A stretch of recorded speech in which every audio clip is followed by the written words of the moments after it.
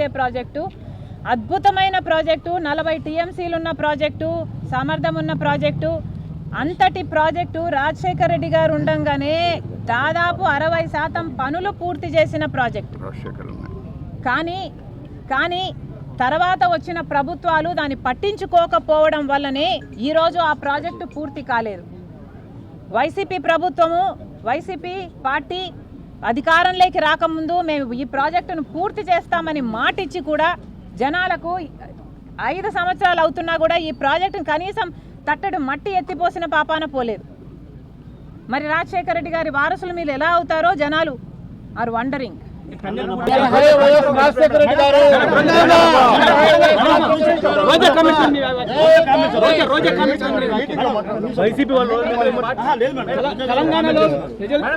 తెలంగాణలో టెండర్ తిరస్కరించడం వల్లే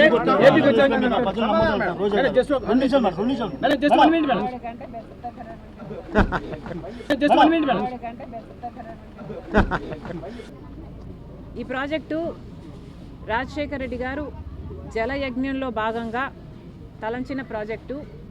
రాజశేఖర రెడ్డి గారు ముఖ్యమంత్రిగా ఉన్న రోజుల్లోనే ఈ ప్రాజెక్టును 750 కోట్లు పెట్టి పూర్తి చేయడం కూడా జరిగింది. ఈ ప్రాజెక్టు వల్ల దాదాపు 1,00,000 ఎకరాలకు సాగునీరే కాకుండా ఒంగోలు పట్టణంతో పాటు 12 మండలాలు తాగునీరు కూడా ఇచ్చే ప్రాజెక్టు.